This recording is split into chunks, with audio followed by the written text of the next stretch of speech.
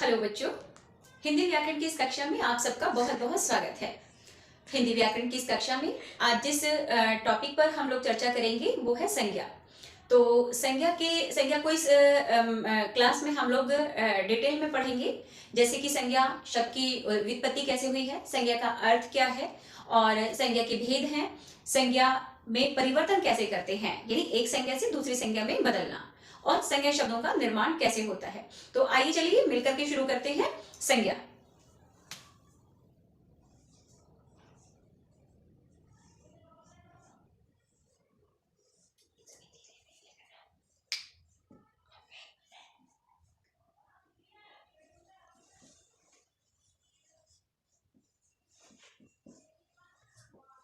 देखिए, संज्ञा का अर्थ है सम जमा में ज्ञान।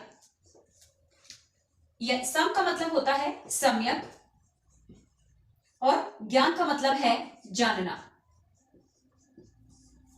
यानी जिस शब्द का नाम लेते ही उसके बारे में हम पूरी तरीके से जान जाते हैं, या उसकी जो इमेज है, उसकी जो छवि है हमारे दिमाग में पूरी तरीके से क्लियर होती है। तो ऐसी चीजों को हम, या ऐसी वस्तुओं को, या किसी ऐसे व्यक्ति को, या किसी भाव को जो है हम लोग संज्ञा कहते हैं। अब संज्ञा का जो उच्चारण है, पहली बात तो इसका जो उच्चारण है वो संज्ञा नहीं है, इसका जो शुद्ध उच्चारण है वो है संज्ञा। तो जो इसको हम संज्ञा क्यों कहते हैं, क्योंकि ये जो ज शब्द है ये दो शब्दों से मिलकर के बना है, ज प्लस में न, ठीक है। तो इस तरीके से ये जो शब्द बना है वो है संज्ञा। तो इस वजह से इसका जो उच्चारण किया जाता है, शुद्ध उच्चारण, वो होता है संज्ञा। तो संज्ञा शब्द की जो उत्पत्ति है वो सम जमा में ज्ञान, यानी इन दो शब्दों से मिलकर के हुई है, और इसको हमने नाम दिया संज्ञा, ठीक है। अब इसके बाद में हम लोग बात करेंगे कि संज्ञा का अर्थ क्या है। संज्ञा का अर्थ है अच्छी प्रकार से जानना। यानी जैसा अभी हमने पढ़ा कि किसी भी शब्द का नाम लेने पर उसका जो इमेज, उसकी जो छवि हमारे दिमाग में उभरती है वो संज्ञा कहलाती है। अब बात करें कि संज्ञा आखिर में है क्या, तो इस संसार में जितनी भी वस्तुएं हैं वो सब क्या है, संज्ञा है। चाहे ये मार्कर है, ब्लैक बोर्ड है, इंक है, टेबल है, फोन है, ट्राइपॉड है, यानी एवरीथिंग, यानी इस संसार में जो भी जितनी भी सब चीजें हैं वो सब क्या है, संज्ञा। तो संज्ञा का मतलब क्या है कि किसी भी चीज को दिया गया कोई नाम, चाहे वो किसी वस्तु को नाम दिया गया है, किसी व्यक्ति को नाम दिया गया है, या किसी स्थान को नाम दिया गया है, या किसी भाव को नाम दिया गया है। तो इस प्रकार से जो है उसको हम जानने के लिए, पहचानने के लिए, किसी भी व्यक्ति को, वस्तु को, स्थान को, भाव को जानने के लिए, संबोधन के लिए या पुकारने के लिए जो एक नाम दिया जाता है वो सब संज्ञा है। अब जैसे मेरा नाम बबीता है, तो मुझे जो शरीर को दी गई एक संज्ञा है बबीता, मुझे लोग इस संसार में बबीता नाम से जानते हैं, ठीक है। तो चलिए अब इसको जो है हम लोग थोड़ा आगे बढ़ते हैं कि संज्ञा की जो परिभाषा है वो क्या है।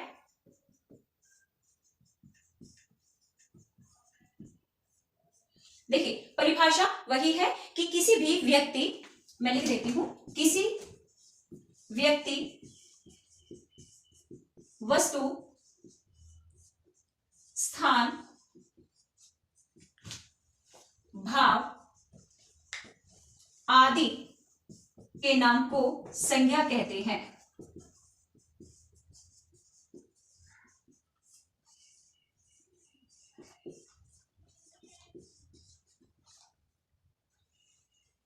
ठीक है।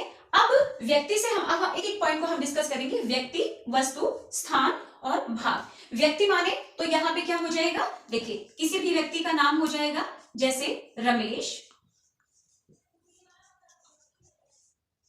रीमा, राम। वस्तु की बात करें हम तो कोई भी वस्तु हो सकती है, जैसे शायद नजर नहीं आ रहा, हम इसको ऊपर लिख देते हैं। अगर आप लोगों ने ये नोट कर लिया है तो सही है, अदरवाइज आप इसका स्क्रीनशॉट ले सकते हैं। चलिए,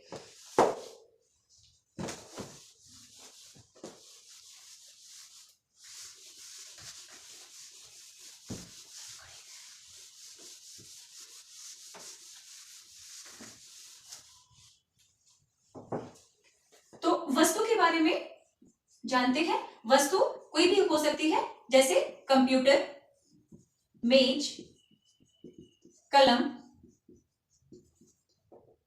कुर्सी आदि।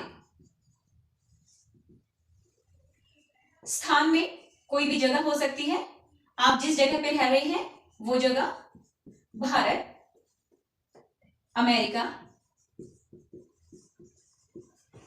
दिल्ली, करोल बाग, यानी कोई भी स्थान, आपका कोई स्थानीय इलाका भी हो सकता है इसमें। इसके बाद में है फिर भाव।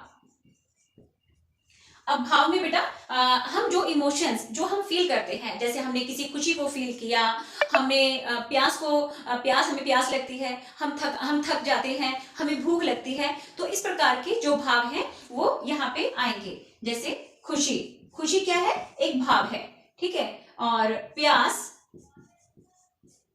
कभी कभी हम काम करते हुए बहुत ज्यादा थक जाते हैं तो हमें थकान होती है, हमें भूख लगती है, तो इस तरीके से ये सब भाव हो गए। तो पिछली परिभाषा में जैसे हमने पढ़ा था, किसी व्यक्ति, वस्तु, स्थान, भाव आदि के नाम को संज्ञा कहते हैं। तो मुझे लगता है आप लोगों को समझ में आ गया होगा कि जो संज्ञा की परिभाषा है उसको मैंने आपके सामने बिल्कुल खोल करके रख दिया है कि वस्तु से हमारा मतलब क्या है, व्यक्ति से हमारा मतलब क्या है, स्थान से हमारा मतलब क्या है और भाव से हमारा मतलब क्या है। तो परिभाषा मुझे लगता है काफी क्लियर सब बच्चों को हो गई होगी। आप लोगों ने ये नोट कर लिया है तो ठीक है, अदरवाइज आप इसका स्क्रीनशॉट ले सकते हैं। नेक्स्ट हम लोग चलते हैं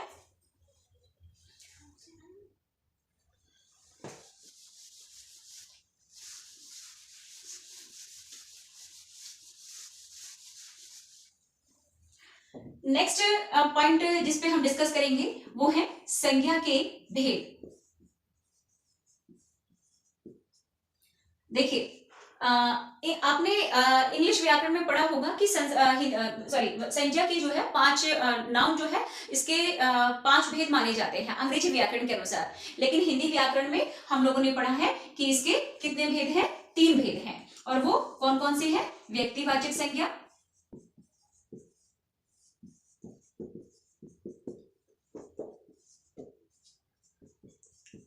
जातिवाचक संज्ञा और तीसरा है भाववाचक संज्ञा।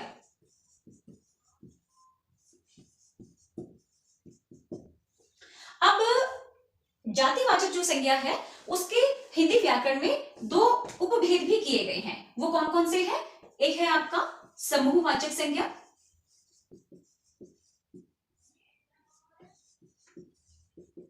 और दूसरा है द्रव्यवाचक संज्ञा।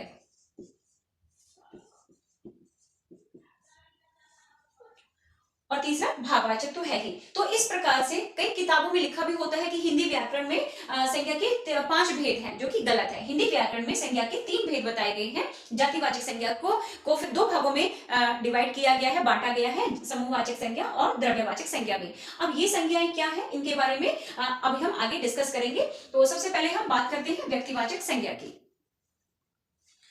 तो व्यक्तिवाचक संज्ञा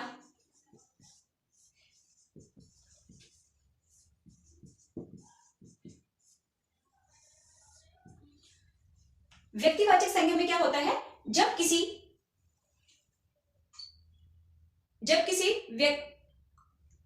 व्यक्ति का विशेष रूप से नाम लिया जाता है, या किसी स्थान का या किसी किताब का विशेष रूप से जब नाम लिया जाता है, तो वो चीजें, या किसी नदी का तो या किसी महाद्वीप का, तो जब किसी चीज का विशेष तौर पर नाम लिया जाता है तो वो व्यक्तिवाचक संज्ञा कहलाती है।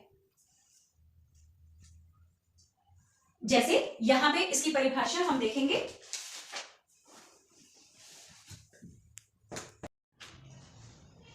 तो आइए सबसे पहले हम डिस्कस कर लेते हैं व्यक्तिवाचक संज्ञा को।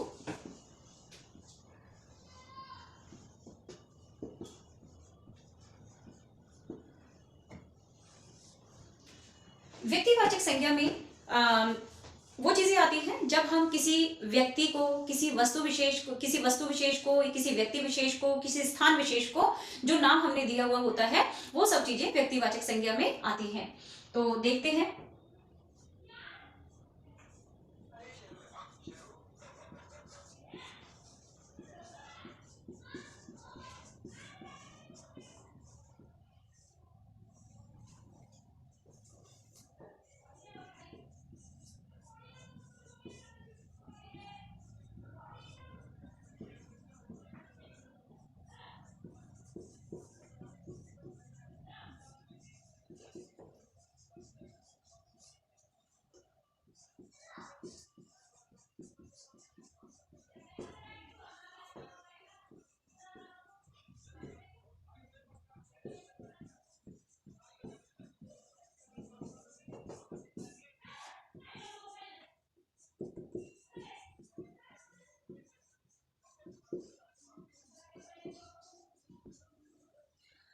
तो व्यक्तिवाचक संज्ञा सभी को क्लियर होगी, यानी जब हम जो है किसी स्थान विशेष का, व्यक्ति विशेष का नाम लेते हैं।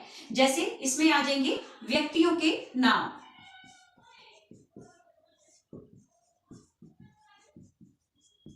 अभी तक तो हमने परिभाषा में पढ़ा था, किसी व्यक्ति, वस्तु, स्थान, भाव आदि के नाम को संज्ञा कहते हैं।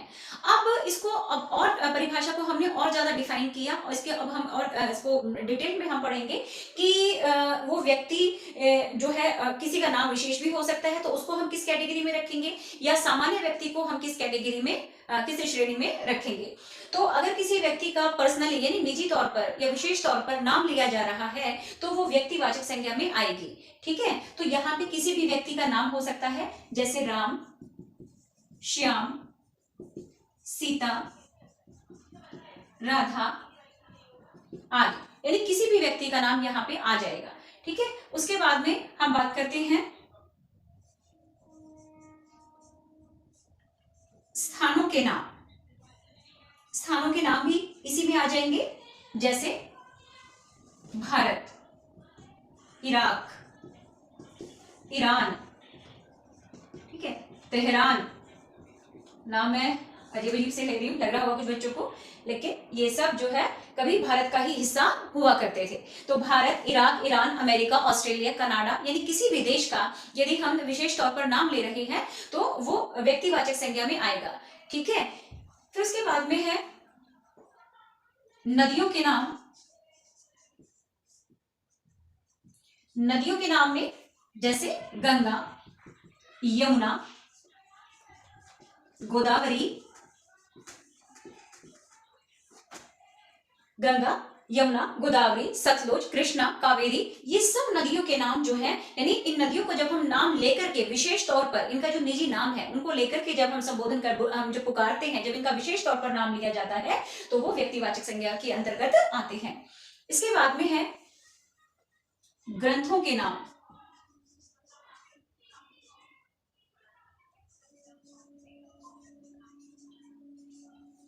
जैसे रामायण, गीता, पद्मावत।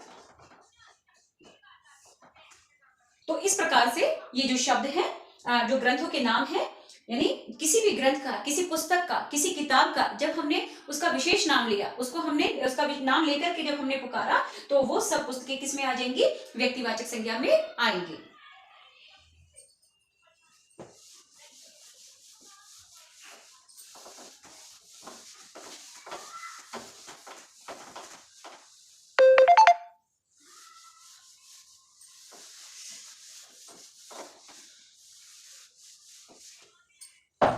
सॉरी, ध्यान नहीं रहा, आप लोगों ने शायद उतार लिया होगा। इसी को हम आगे और बढ़ाते हैं। अब इसके अंतर्गत जो नाम आ जाएंगे, जैसे दिशाओं के नाम। आप सब नोट भी करते रहना, दिशाओं के नाम। तो यहाँ पे जैसे पूर्व दिशा, पश्चिम, उत्तर, दक्षिण, ये सभी दिशाओं के नाम यहाँ पे आ जाएंगे। इसके बाद में फिर आएंगे युद्धों के नाम।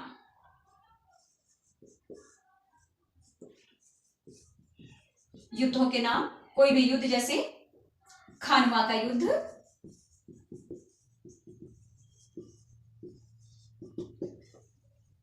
पानीपत का युद्ध,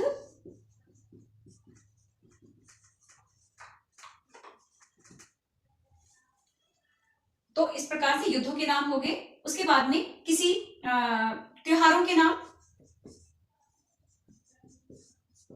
त्योहारों के नाम, अब यहां से क्वेश्चन कई बार एग्जाम में आ जाते हैं, प्रश्न आते हैं कि होली बताइए या दिवाली बताइए, ये किस प्रकार की संज्ञा है। तो अगर इस तरह का कोई प्रश्न आपके एग्जाम में आता है तो आप सीधे सीधे लिख देंगे ये व्यक्तिवाचक संज्ञा के अंतर्गत आता है। जैसे हमने कहा होली, दिवाली, रक्षा बंधन,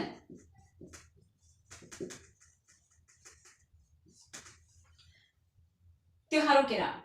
दूसरी चीज है, इसके बारे में हम बात करते हैं, वो है पत्र और पत्रिकाओं के नाम।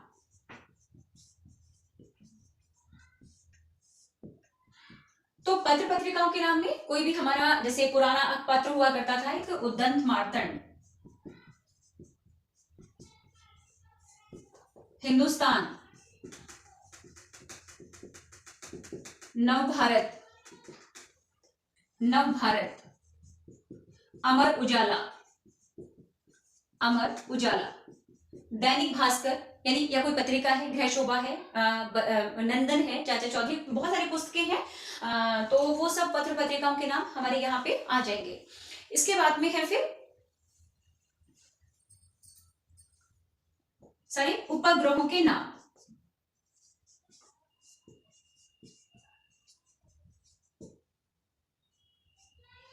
उपग्रहों के नाम में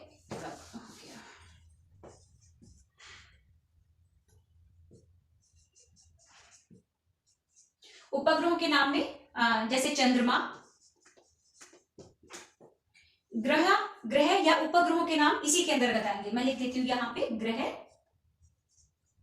ग्रह और उपग्रहों के नाम इसी में आएंगे, चंद्रमा, पृथ्वी, सूर्य आदि।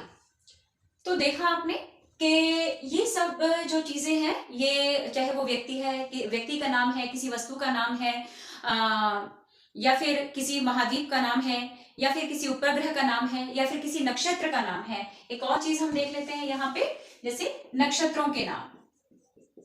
तो इनको देख करके आपको कुछ समझ में आ रहा है?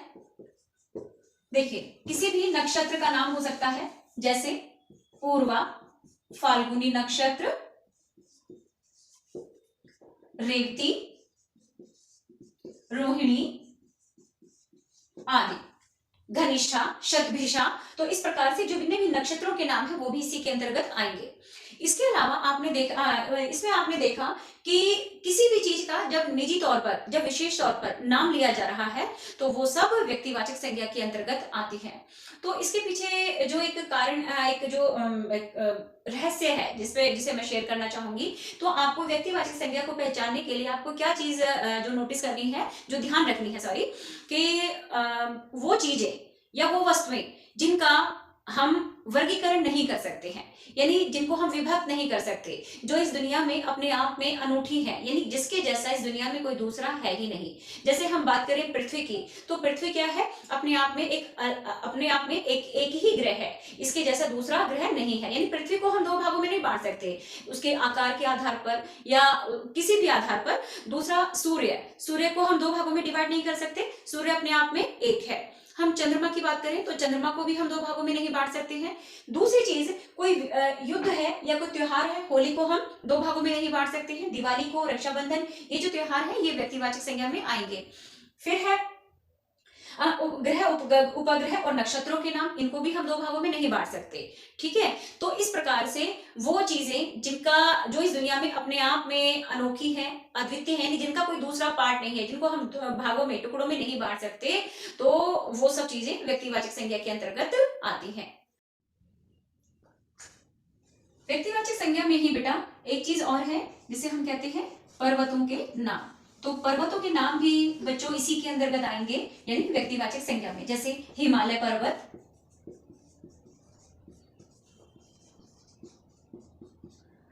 ठीक है। इसी के साथ जो है दिवस, दिन और माह के नाम,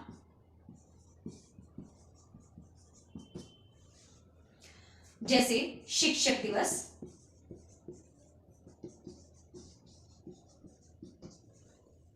पर्यावरण दिवस,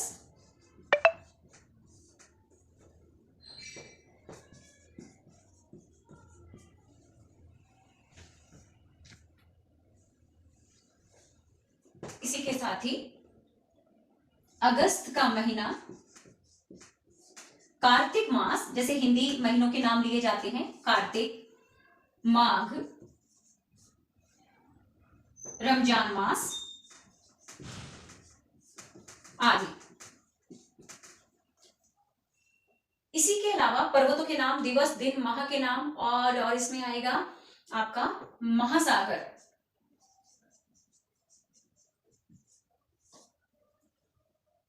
झीलों, या महाद्वीपों के नाम। महाद्वीपों के नाम भी इसी व्यक्तिवाचक संज्ञा में आ जाएंगे, जैसे हिंद महासागर, हिंद महासागर, प्रशांत महासागर, अंटार्कटिका, हम महाद्वीप की बात करें, अंटार्कटिका, अंध महासागर, झीलों में चिल्का झील, सांभर झील,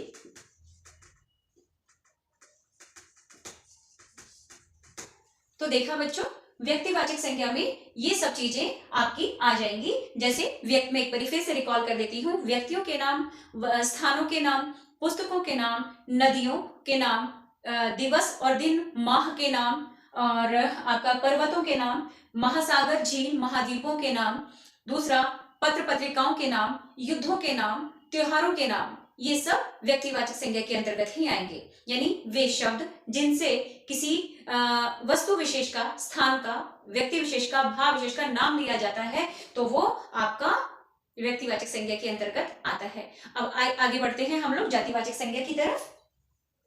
आप सभी ने नोट कर लिया होगा या आप इसका स्क्रीनशॉट ले सकते हैं। यदि आप बच्चों को कोई भी डाउट है या कुछ ना समझ में आए तो आप लोग कमेंट कर सकते हैं और कमेंट के थ्रू आप मुझसे पूछ सकते हैं।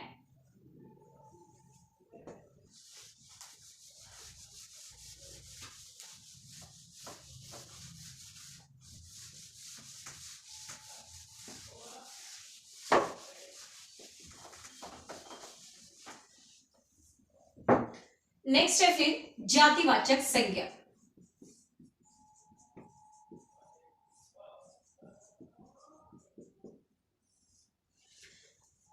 जातिवाचक संज्ञा में क्या होता है बच्चों कि वे शब्द जिनसे किसी जाति, उसकी पूरी प्रजाति, उपजाति का भेद, उसके पूरे डिटेल के बारे में हमें पता लगता है। यानी वे शब्द जिनसे हमें किसी वस्तु विशेष की या व्यक्ति विशेष की पूरी जाति, उपजाति, प्रजाति, समूह, समुदाय का बोध होता है, उसका पता लगता है, तो वो सब चीजें जातिवाचक संज्ञा में आती हैं। लिखेंगे परिभाषा इसकी, वे शब्द जिनसे किसी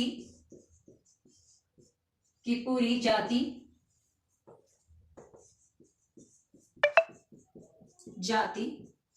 उपजाति,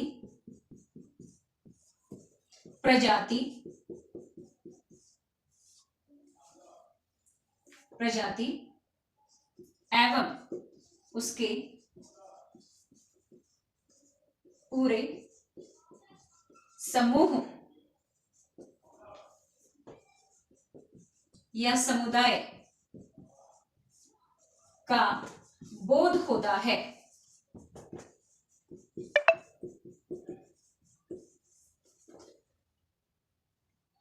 वे जातिवाचक संज्ञा कहलाते हैं।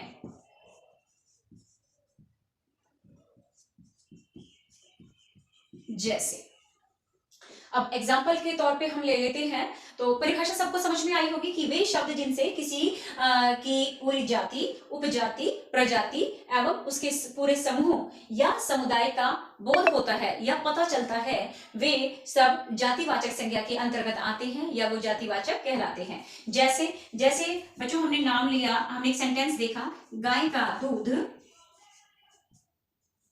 स्वास्थ्य के लिए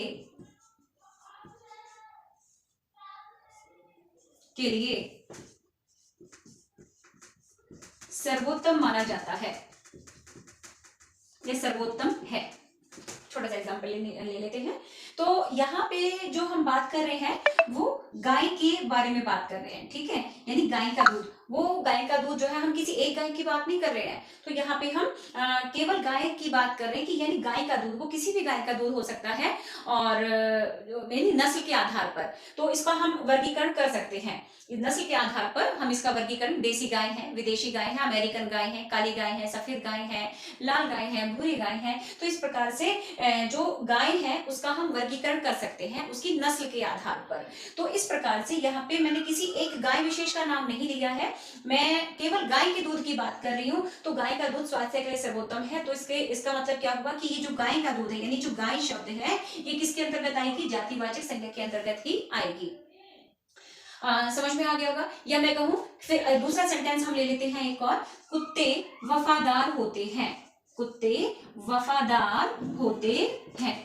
अब यहाँ पे मैं किसी खास नस्ल के कुत्ते के बारे में बात नहीं कर रही हूँ। तो कुत्ते का जब नाम हम ले रहे हैं तो कुत्ते की बहुत सारी नस्लें हैं, है ना, बहुत सारी हैं, मुझे नाम तो नहीं पता। जैसे विदेशी नस्लों के भी कुत्ते होते हैं और हिंदुस्तान में भी है, तो मतलब कि कुत्तों की जो है नस्ल है वो काफी सारी नस्लें हैं, विदेशी भी हैं और देसी भी हैं। तो कुत्ते का वर्गीकरण संभव है उसकी नस्लों के आधार पर, तो ऐसे ही गाय का भी संभव है। यानी ये जो मैंने नाम लिए हैं ये अपने आप में ऐसा नहीं है कि पूरे विश्व में या कि भारत में ये केवल एक ही है, इनकी नस्ल, इनकी जाति, इनकी प्रजाति के आधार पर हम इनका वर्गीकरण कर सकते हैं। तो इसके अंतर्गत और कौन कौन सी शब्द आएंगे तो वो सब की चर्चा हम यहाँ पे करेंगे। मुझे लगता है यहाँ तक सबको समझ में आया होगा, तो आप इसको नोट कर सकते हैं या आप इसका स्क्रीनशॉट ले सकते हैं।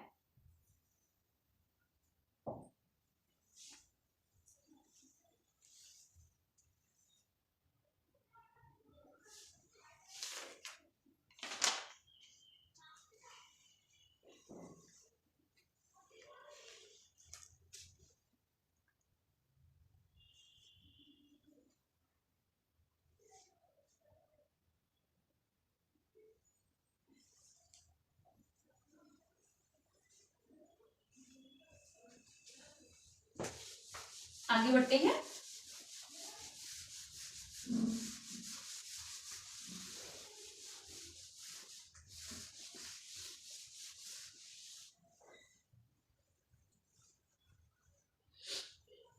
जातिवाचक संज्ञा में जो चीजें आएंगी जैसे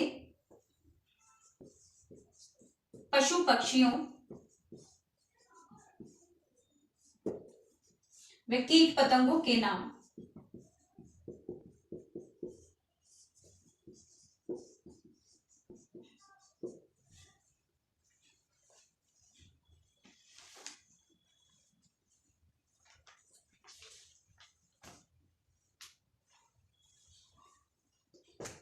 जैसे गाय, भैंस, ऊंट, शेर, कबूतर आदि। ठीक है, कुछ भी हो सकता है। अब देखिए यहाँ पे कोई भी पशु पक्षी है, कीट पतंगों के नाम, तो इनके अगर नाम भी आते हैं, है ना, तो भी वो जातिवाचक संज्ञा के अंतर्गत ही आएंगे। यानी क्यों आएंगे, क्योंकि इनका वर्गीकरण संभव है। शेर है, शेर विदेशी प्रजाति के भी है, ठीक है, और देशी प्रजाति के भी है। सफेद शेर भी होता है और जो हमारे हिंदुस्तान में मिलता है ब्राउन कलर का, वो येलो कलर का, तो कुछ वो वाला शेर भी होता है। कबूतर भी है, सफेद कबूतर भी है, ब्लैक भी है, ग्रे भी है। तो जो है ये जातिवाचक संज्ञा के अंतर्गत ही आएंगे।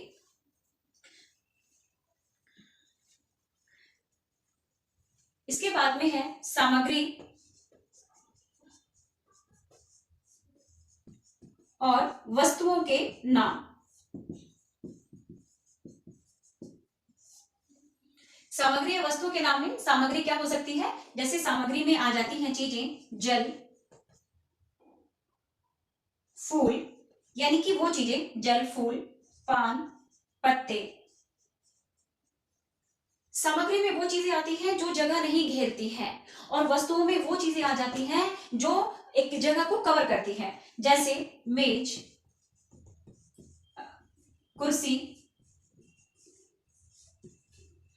कंप्यूटर आदि।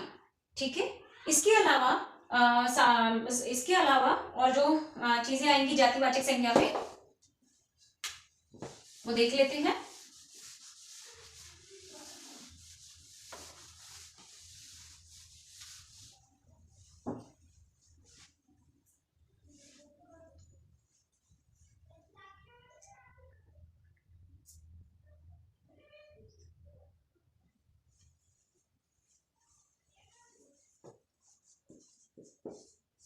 पदों के नाम, यानी कि नेम ऑफ द पोस्ट, यानी किसी पद पे यदि कोई व्यक्ति बैठा है,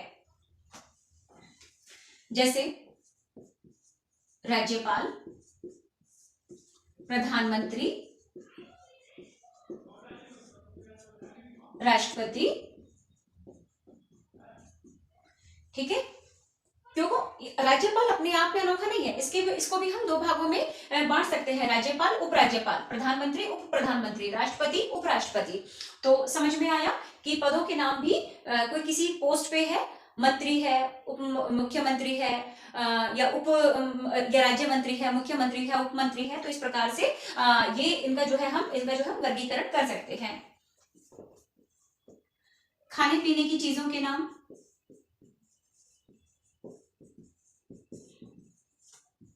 खाने पीने की चीजों के नाम।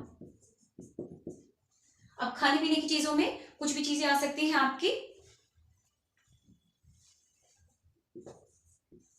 दूध, दही, घी, रोटी। ठीक है, तो खाने पीने की चीजों में पानी, लस्सी। ठीक है, तो कुछ भी चीजें इसके अंदर आ सकती हैं। इसके अलावा पहनने ओढ़ने,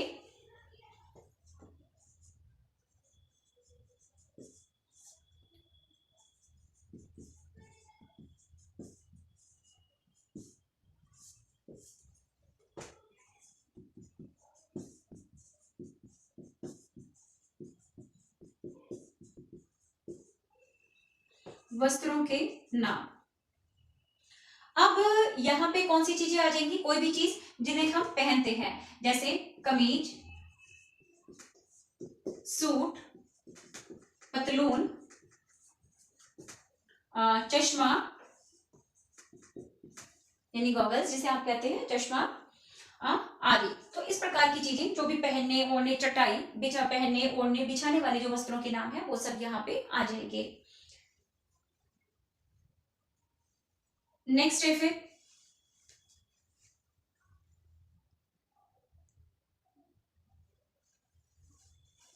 सवारियों के नाम,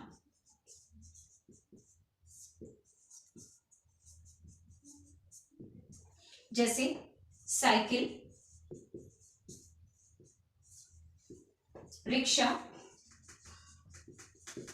कार आदि। अब देखो ये सभी चीजें, कमीज की भी ये सभी चीजें, जैसे साइकिल है, साइकिल भी बहुत प्रकार की आती है, इसका हम वर्गीकरण कर सकते हैं। गियर वाली साइकिल है, बिना गियर वाली साइकिल है। रिक्शा कई प्रकार का है, हाथ से चलाने वाला रिक्शा है, और अब तो ई रिक्शा भी आ चुकी है। कार है, कार की बहुत सारी वैरायटी हमारे सामने उपलब्ध है, BMW, मारुति, i10, i20, जो मर्जी। ठीक है, तो कहने का मतलब है कि कार अपने आप में एक नहीं है कि हम कहें कि केवल एक ही है और इसका हम वर्गीकरण नहीं कर सकते। तो इसकी जितने भी वैरायटीज हैं, जितनी भी इसकी, तो उसके आधार पर इसका वर्गीकरण हो सकता है। कमीज बहुत तरह की चलन में है, कॉलर वाली, बिना कॉलर वाली, है ना। तो इसी तरीके से सूट, लॉन्ग, शॉर्ट, जैसे भी हम बहुत, ऐसे ही पतलून भी, है ना, चौड़े पैंचे वाले, बीड़ी, या जैसे भी बहुत सारी। तो कहने का मतलब है चश्मा भी, आप एक मार्केट में चश्मा लेने जाते हो, आपको 10 तरीके की वैरायटी मिलती है, बल्कि दोस्तों मैंने कमी कहा है, 50 तरह के चश्मे आपको आज मार्केट में उपलब्ध है। तो दूसरी चीज, ऐसे ही मैंने कहा खाने पीने की चीजों के नाम पे, दूध से भी बहुत सारी चीजें बन सकती हैं। दूध किसी भी चीज का हो सकता है, गाय का दूध है, भैंस का दूध है, बकरी का दूध है ना। तो ये यहाँ पे भी ऐसे ही दही है, पनीर भी हमें बहुत चीजों का मिलता है। तो जैसे सोयाबीन से बनने वाला पनीर है, जैसे हम टोफू भी कहते हैं, है ना। गाय का दूध का पनीर है या भैंस के दूध का पनीर है। आजकल तो मार्केट में बहुत सारे किस्में, बहुत सारी वैरायटी उपलब्ध है ना। ऐसे ही लस्सी है, लस्सी दूध की भी हो सकती है, दही की भी हो सकती है, रूह अफ़ज़ा की लस्सी भी हो सकती है। तो इसी तरीके से रोटी है, घी है। तो रोटी भी किसमें उपलब्ध है हमारे पास में, आटा है, तो आटा है, आटे का, गेहूं का आटा है, चने का आटा है, बाजरे का आटा है, मक्की का आटा है। और इसी तरीके से घी है, गाय का घी है, भैंस का घी है, और वनस्पतियों से प्राप्त घी है, जिसे हम डालडा कहते हैं। तो समझ में आया आप सबको कि वो चीजें जिनका हम वर्गीकरण कर सकते हैं, यानी जिसको हम डिवाइड कर सकते हैं, या जिसकी हमें किस्में उपलब्ध हैं, या जिनकी एक से अधिक जातियां हैं, प्रजातियां हैं, जिनके समूह हैं, जिनकी वैरायटीज हैं, जिनको वर्गीकृत किया जा सकता है, जिनको बांटा जा सकता है, वो सभी चीजें जातिवाचक संज्ञा के अंतर्गत आती हैं। राज्यपाल, उपराज्यपाल, प्रधानमंत्री, उप प्रधानमंत्री, राष्ट्रपति, उपराष्ट्रपति, मुख्यमंत्री, उप मुख्यमंत्री, राज्य मंत्री। तो इस प्रकार से ये सब चीजें जो है जातिवाचक संज्ञा के अंतर्गत आती है। और इसी अभी तक हमने पढ़ा व्यक्तिवाचक संज्ञा और जातिवाचक संज्ञा। तो मुझे लगता है आप लोगों को इसमें डिफरेंस, इसमें जो अंतर है, प्रमुख अंतर है, वो समझ में आ गया होगा। व्यक्तिवाचक संज्ञा वो होती है जिसमें किसी स्थान विशेष का, किसी व्यक्ति विशेष का नाम लिया जाता है, या कोई पर्वत भी हो सकता है, वो कोई नदी भी हो सकती है, वो कोई त्योहार हो सकता है, तो वो कोई महाद्वीप हो सकता है, वो कोई नदी हो सकती है, वो कोई पुस्तक हो सकती है। तो पीछे जैसे हमने डिस्कस किया है, तो ये है अंतर कि व्यक्तिवाचक संज्ञा में हम जो है, हमें जो है उसको हम वर्गीकृत नहीं कर सकते हैं। वो चीज पूरी दुनिया में अपने आप में एक ही है, उसको हम टुकड़ों में, भागों में विभक्त नहीं कर सकते, डिवाइड नहीं कर सकते, बांट नहीं सकते। तो ऐसे शब्दों को जो है हम व्यक्तिवाचक संज्ञा की कैटेगरी में रखते हैं, श्रेणी में रखते हैं। और दूसरी तरफ वो शब्द, वो जिनसे हमें उसकी पूरी जाति, उपजाति, समूह, यानी जिनको हम बांट सकते हैं, डिवाइड कर सकते हैं, उनको हम जातिवाचक संज्ञा की कैटेगरी में, की श्रेणी में हम लोग रखेंगे। तो ये था मुख्य अंतर। आज के लिए इतना काफी है। मिलते हैं फिर हम नेक्स्ट क्लास में, जिसमें कि हम इसके दूसरे पार्ट की तरफ चर्चा करेंगे। जातिवाचक संज्ञा के फिर से दो भेद किए गए हैं, समूहवाचक और द्रव्यवाचक। तो मिलते हैं फिर नेक्स्ट क्लास में। धन्यवाद।